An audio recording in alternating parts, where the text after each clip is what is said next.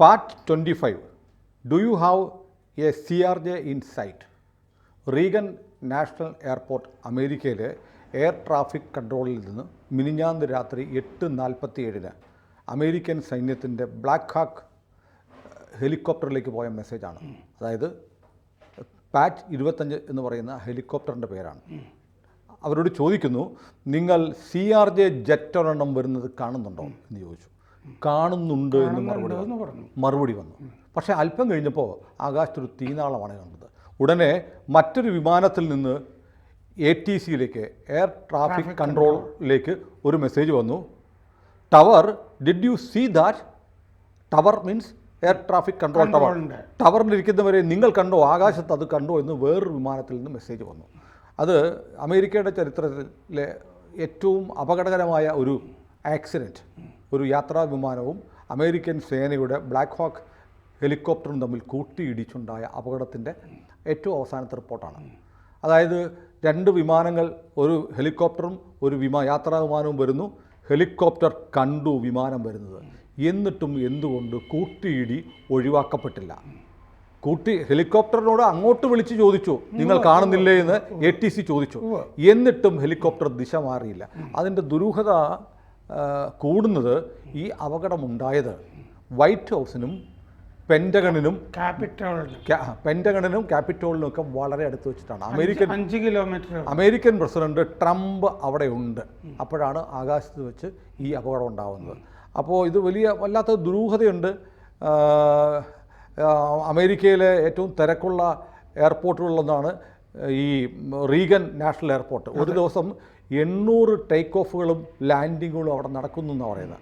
അപ്പോൾ തിരക്കുള്ള മാത്രമല്ല, അമേരിക്കയുടെ തലസ്ഥാന നഗരത്തിൽ ഈ 3 പ്രധാനപ്പെട്ട വിമാനത്താവളങ്ങളുണ്ട്, ഒരുപാട് സൈനിക വിമാനത്താവളങ്ങളുണ്ട്. അങ്ങനെ ഈ വൈറ്റ് ഹൗസും പെൻറ്റഗണും ഇരിക്കുന്ന ആകാശം എപ്പോഴും എയർ ട്രാഫിക് കൊണ്ട് നിറഞ്ഞിരിക്കുന്ന ഒരാകാശമാണ്.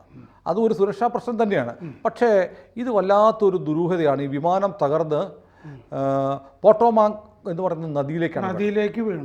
നദിയുടെ അവസ്ഥ എന്ന് പറഞ്ഞാൽ ഉറഞ്ഞു കിടക്കുന്ന ഫ്രീസ്ഡ് റിവറാണ്, മഞ്ഞുറഞ്ഞു കിടക്കുന്ന നദിയിലാണ്. ആരും രക്ഷപ്പെട്ടിട്ടില്ല. അവിടെ നിന്ന് ഡൈവേഴ്സ് ഇറങ്ങിയിട്ട് ഒരു ബ്ലാക്ക് ബോക്സ് കണ്ടെടുത്തിട്ടുണ്ട്. അപ്പോൾ അമേരിക്കൻ പ്രസിഡന്റ് ട്രംപ് അവിടെ ഉള്ളപ്പോൾ ആകാശത്ത് വെച്ച് ഒരു സേനയുടെ ഏറ്റവും പ്രധാനപ്പെട്ട ബ്ലാക്ക് ഹോക്ക് ഹെലികോപ്റ്ററുകളിലൊന്നും ഒരു യാത്രാ വിമാനമായി കൂട്ടിയിടിച്ചു എന്ന് പറയുന്നത് അവിശ്വസനീയമാണ്. കാരണം ഇത് കൂട്ടിയിടിക്കാതിരിക്കാനുള്ള മുൻകരുതലുകളെല്ലാം ഉണ്ടായിരുന്നു. ഇതിൻ്റെ ദുരൂഹത എന്താ? ഇതിൻ്റെ ദുരൂഹത അതായത് 2009 ശേഷം അമേരിക്കയിൽ വലിയ വിമാന ദുരന്തങ്ങളൊന്നും ഉണ്ടായിട്ടില്ല എന്നാണ് റിപ്പോർട്ടുകൾ. അവിടെ വിമാന അപകടം ഉണ്ടാവുക എന്ന് പറയുന്നത് അസാധാരണ സംഭവം തന്നെയാണ്. ഇത് അട്ടിമറിയാണെന്നുള്ള സൂചന ആദ്യം പറഞ്ഞിരിക്കുന്ന ഒരാൾ ട്രംപ് തന്നെയാണ്. ട്രംപ് പറഞ്ഞിരിക്കുന്ന ആ വാചകങ്ങൾ പറയാം, 3-4 വാചകങ്ങൾ. വിമാനം എയർപോർട്ടിലേക്ക് കൃത്യമായ രേഖയിലാണ് വന്നുകൊണ്ടിരുന്നത്, ഈ യാത്രാ വിമാനം. ഹെലികോപ്റ്റർ നേരെ അതിലേക്ക് ഇടിച്ചു കയറുകയായിരുന്നു. തെളിഞ്ഞ രാത്രിയായിരുന്നു. വിമാനത്തിലെ അധികം വൈകിട്ടില്ല, 8:47. 47. വിമാനത്തിലെ വിളക്കുകൾ തെളിഞ്ഞു കാണാമായിരുന്നു. അതുകൂടാതെ ATCയിൽ നിന്ന് മെസ്സേജ് കൊടുത്തു, ഒരു വിമാനം വരുന്നുണ്ട്. ഇത് ട്രംപ് പറഞ്ഞ വാചകങ്ങൾ. എന്തുകൊണ്ട് ഹെലികോപ്റ്റർ മുകളിലേക്കോ താഴേക്കോ പോയില്ല?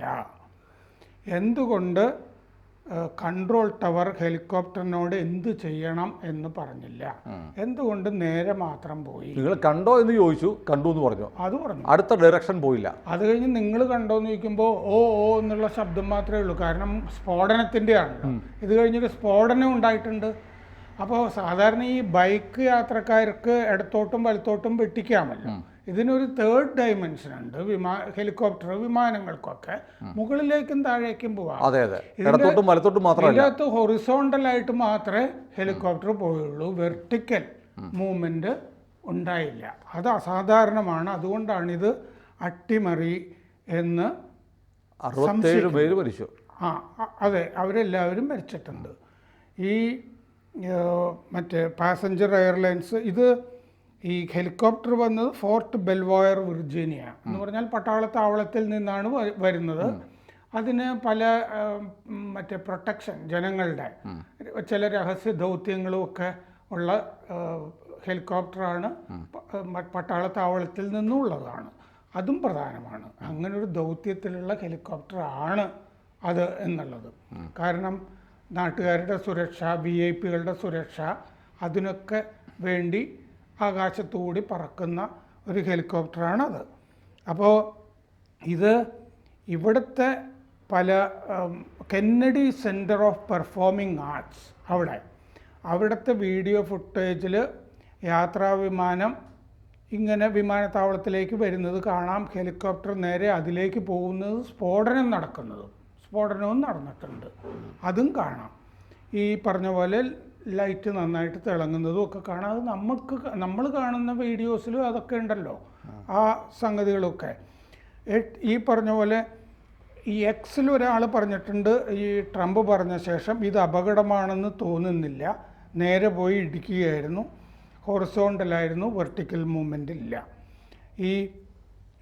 ഈ ബ്ലാക്ക് ഹോക്ക് ഹെലികോപ്റ്റർ ഈ യാത്രാവിമാനത്തിൽ ഇടിക്കുന്നതിന് മുമ്പ് വേറെ ചില വിമാനങ്ങളിൽ ഇടിക്കാൻ ശ്രമിച്ചതായിട്ടും റിപ്പോർട്ടുണ്ട്. അതെന്തുകൊണ്ട് എന്ന് മനസ്സിലാകുന്നില്ല. ഏതെങ്കിലും ഒരു വിമാനത്തിൽ ഇന്ന് ഇടിച്ചേ പറ്റൂ എന്നുള്ള മട്ടിലായിരുന്നു ഈ ബ്ലാക്ക് ഹോക്ക് ഹെലികോപ്റ്റർ എന്നാണ്. അപ്പോൾ അതിൽ സഞ്ചരിച്ചിരിക്കുന്നവരെ പറ്റിയൊക്കെ അതിൽ 3 സോൾജിയേഴ്സ് ആയിരുന്നു ഉണ്ടായിരുന്നു. പക്ഷേ ട്രംപ് അവരെക്കുറിച്ചും പറഞ്ഞിട്ടുണ്ട്, കൊള്ളാവുന്ന ആളുകളെ വെക്കണം, ഈ ഇരിക്കുന്ന ആളുകളെയൊക്കെ മാറ്റണം, അവരുടെ മാനസികമായ നില എന്താന്ന് നോക്കണം, അവരുടെ സാമൂഹിക പശ്ചാത്തലം നോക്കണം എന്നൊക്കെ. സാമൂഹിക പശ്ചാത്തലം നോക്കണം എന്ന് പറയുന്നതുകൂടി ഈ പട്ടാളക്കാരെക്കുറിച്ച് ട്രംപിന് എന്തോ വിവരം കിട്ടിയിട്ടുണ്ടെന്നാണ് അർത്ഥം. കാരണം ഏതെങ്കിലും ഒരു വിമാനത്തിൽ ഇടിച്ചേ പറ്റുമായിരുന്നുള്ളൂ എന്നുള്ള മട്ടിലാണ് ഈ ബ്ലാക്ക് ഹോക്ക് സഞ്ചരിച്ചിരുന്നത്. വേറെയും ചില വിമാനങ്ങളിൽ ഇത് ട്രൈ ചെയ്തിരുന്നു എന്നൊക്കെ റിപ്പോർട്ടുകൾ. അമേരിക്കയോട് ഇപ്പോൾ വല്ലാത്ത ശത്രുത ട്രംപിനോടുണ്ട്. കാരണം വന്ന് 20-ാം തീയതി അധികാരം ഏറ്റെടുത്തിട്ട് ഇന്ന് 10 ദിവസം ആകുന്നതിന് മുമ്പ് തന്നെ ലക്ഷക്കണക്കിന് ആളുകളെ ഡീപ്പോർട്ട് ചെയ്യാൻ പോകുന്നു. പിന്നെ ഇസ്രയേലിന് വലിയ തോതിൽ സഹായം കൊടുക്കാൻ പോകുന്നു. ബംഗ്ലാദേശ് ഉൾപ്പെടെയുള്ള രാജ്യങ്ങൾക്ക് സഹായം നിർത്തുന്നു. മൊത്തത്തിൽ ഒരു ഇസ്ലാമിക വേൾഡിനെതിരായിട്ടുള്ള തീവ്രവാദ സ്വഭാവമുള്ള ഇസ്ലാമിക രാജ്യങ്ങൾക്കും നിലപാടുകൾക്കെതിരെ അതിശക്തമായ നിലപാടാണ് എടുക്കുന്നത്. എന്നാൽ സൗദിയെയും UAEയും പോലുള്ള ഗൾഫ് രാജ്യങ്ങളുമായി അവർ സമാധാനത്തിൻ്റെ പാതയിൽ പോകുന്ന ഇസ്ലാമിക രാജ്യങ്ങളോട് നല്ല ബന്ധം നിലനിർത്തിക്കൊണ്ട് ഇസ്ലാമിക് ടെററിസത്തിനെതിരെയുള്ള അതിശക്തമായ നിലപാടുകൾ എടുക്കുകയാണ്.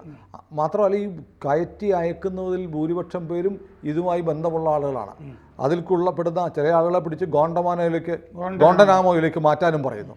അങ്ങനെയൊക്കെ ചെയ്യുമ്പോൾ അമേരിക്കയിൽ ഒരു അലാമിംഗ് സിറ്റുവേഷൻ, ഒരാശങ്ക, ഭീതി ഉയർത്താൻ ഇതുമായി ബന്ധമുള്ള സൈന്യത്തിൽപ്പെട്ട, നമ്മൾ മുമ്പൊരിക്കൽ പറഞ്ഞു CIA ഒരു ചാരൻ, അയാൾ പറഞ്ഞു എന്താ, എനിക്ക് രാജ്യമുണ്ട്, രാജ്യത്തെക്കാളും പ്രധാനം എൻ്റെ മതമാണ് എന്ന് പറഞ്ഞതായൊരു വാർത്ത വന്നിരുന്നു. അങ്ങനെയുള്ള ആളുകൾ അമേരിക്കൻ സേനയിലുണ്ടെങ്കിലോ? അതൊക്കെ ഉണ്ടല്ലോ. കാരണം എന്താണെന്ന് വെച്ച് കഴിഞ്ഞാൽ ഇപ്പോൾ അതുകൊണ്ടാണ് ആ നേരത്തെ എക്സിക്യൂട്ടീവ് ഓർഡർ ഒപ്പുവെച്ചതിൻ്റെ അകത്ത് അമേരിക്കൻ പൗരന്മാരായാലും പുറത്താക്കും എന്നതിൻ്റെ അകത്തൊരു വ്യവസ്ഥ, ആദ്യത്തെ വ്യവസ്ഥയിൽ തന്നെ അത് പറയുന്നുണ്ട്. അപ്പോൾ നമ്മുടെ സ്ക്വാഡ്രൺ ലീഡർ ഡെബോലിന ദാസ്, ഇന്ത്യയുടെ റിട്ടയർ ചെയ്തവർ, അവർ പറഞ്ഞിട്ടുണ്ട് ഈ റീഗൻ നാഷണൽ എയർപോർട്ട് അതിലേക്കാണല്ലോ ഈ വിമാനം വന്നുകൊണ്ടിരുന്നത്. അത് കുറച്ച് സങ്കീർണതയുള്ള ഒരു എയർപോർട്ടാണ്. കാരണം പട്ടാള വിമാനങ്ങളും യാത്രാ വിമാനങ്ങളും വരുന്ന സ്ഥലം. ഒരു ദിവസം വിമാനങ്ങൾ പട്ടാള കേന്ദ്രവും കൂടിയാണ് ഈ പ്രദേശമൊക്കെ. അതുകൊണ്ടാണ് ശ്രദ്ധിച്ചായിരുന്നു, അമേരിക്കൻ പ്രതിരോധ സെക്രട്ടറി പീറ്റ് ഹാക്സത്തിന്റെ ഒരു സ്റ്റേറ്റ്മെന്റ് വന്നിട്ടുണ്ടായിരുന്നു. തീർച്ചയായും ഒഴിവാക്കാമായിരുന്നു. അതുമാത്രമല്ല, രാത്രി പരിശീലനം ലഭിച്ച ക്രൂ ആണ് ഹെലികോപ്റ്ററിൽ ഉണ്ടായിരുന്നത്. പോരാത്തതിന് അവർക്ക് നൈറ്റ് വിഷൻ ഗോഗിൾസും ഉണ്ടായിരുന്നു. കൂടാതെ അറിയിപ്പുണ്ടായിരുന്നു, വിസിബിളായിരുന്നു. അപ്പം ഒരു കാരണവശാലും ഈ അപകടം ഉണ്ടാവില്ലായിരുന്നു.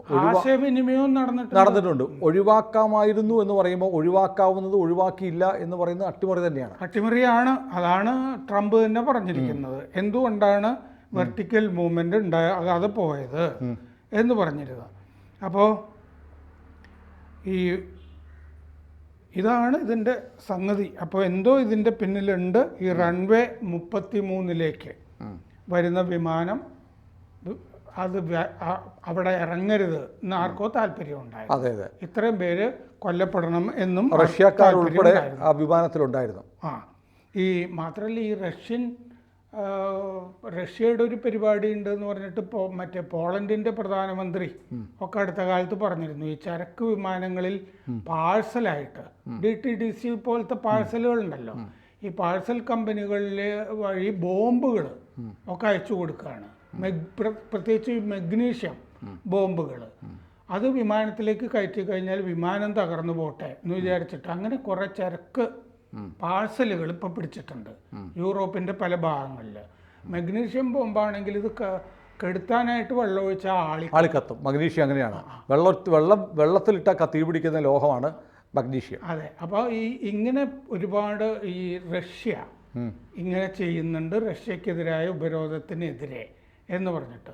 ഈ അട്ടിമറി എന്ന് പറഞ്ഞപ്പോൾ എൻ്റെ മനസ്സിൽ ആദ്യം വന്നത് റഷ്യ എന്നുള്ള, റഷ്യയുടെ വളരെ പ്രധാനപ്പെട്ട ചില ആളുകളൊക്കെ അതിലുണ്ടായിരുന്നു എന്നുള്ളതാണ്. അപ്പോൾ ഇത് ശരിക്കും എങ്ങനെയാണ്, റഷ്യയുടെ എന്ന് പറഞ്ഞാലും അമേരിക്കൻ സൈനിക ഹെലികോപ്റ്റർ പോയാണ് ഇടിച്ചിരിക്കുന്നത്.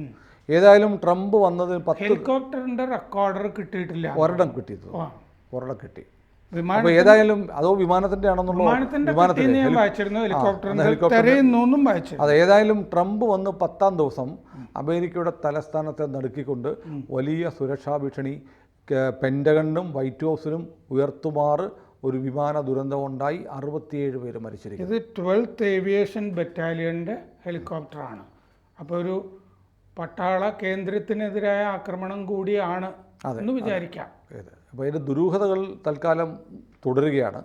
കൂടുതൽ വിവരങ്ങൾ കിട്ടുമോ എന്ന് നമുക്ക് നോക്കാം. കൂടുതൽ വാർത്തകളും വിശേഷങ്ങളും നിങ്ങളിലേക്ക് എത്താൻ ABC മലയാളം സബ്സ്ക്രൈബ് ചെയ്യുക, ബെൽ ബട്ടണും അമർത്തുക.